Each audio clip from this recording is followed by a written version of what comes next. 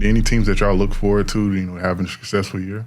Yeah, I would say that can Potawatomi do another undefeated season? That'll be an interesting It was question. undefeated? Yep. Wow. Yep. Now, the conference wasn't quite as strong as it was the years before, but they're still really good. I mean, I would argue that Potawatomi would, I told you this when we were together today, I think they could win TBT straight from their team because they're all great players and they just got done playing. So they're in great shape. When I watched the TBT game, I don't know if everyone was in great shape. Whereas a guy fresh out of one of our leagues, if they're playing, they're just going to play 3 or 4 months. Yeah. I think that there's going to be 2 teams in Albany. It'll be an interesting area. It'll be interesting to see what that looks like. The Frederick team, second year is going to be big. The LA team, second year is going to be big. The Salem, Oregon keeps getting better and better. There's 2 teams in LA, you said? Yeah, LA and Long Beach. Big night. There's the Seattle team is always. We have Jay-Z's nephew on our team in Seattle, and he's one of our best players in the league. He's really good. So He can really play.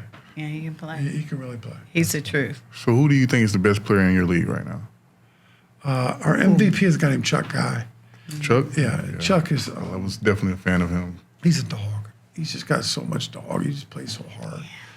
But Deshaun Munson. You're speaking specifically of TBL, or you can go to BSL too. BSL, there's a lot of talent there too. Yeah.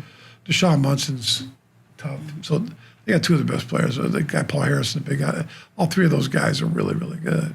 But there's some great players in Albany, great players in Frederick. But Medora had 2 or 3 of the best players in the league. I mean, there's just so much talent in the league. It's hard to judge. And they play. I mean, the one thing about TBL is that this is grassroots basketball.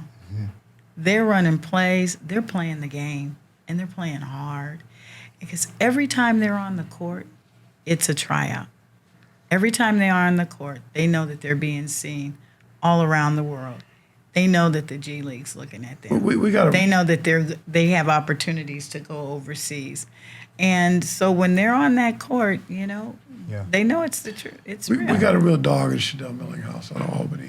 Yeah. But there's a kid named Kyler Kelly that's 7 foot that plays with Salem. He led the G League in block shots this year. He led our league in block shots this year. He probably led the NBA Summer League in getting dunked on because that means he's going to block shots. I love when one of my guys is in a highlight because he get dunked on because that means he went for it. It's easy not to get dunked on, just don't run. Yes, get out of the way. Yeah, but if I was a step faster, Dr. Dre would have dunked on me on national TV. I just couldn't catch him. But it was going to happen. It's just a matter of whether I'd get there fast enough to get caught. Yeah, I'm definitely a fan of Chuck Guy though. We covered him a couple of times recently, and we had a tournament in Tampa, the Bear Showdown. Yeah. So even a couple of years back, we had played against one of the teams from Tampa. Guy was, definitely one of those highlight guys that bring attention. So, well, what I like about him is he wins. He plays hard, and a lot of our guys, if they're not scoring, they're not competing hard. That doesn't matter to Chuck. I've seen Chuck go for 40, and I've seen Chuck the next game get 8 and be just as happy because they won. He plays He's hard. a winner. That's what makes him really special.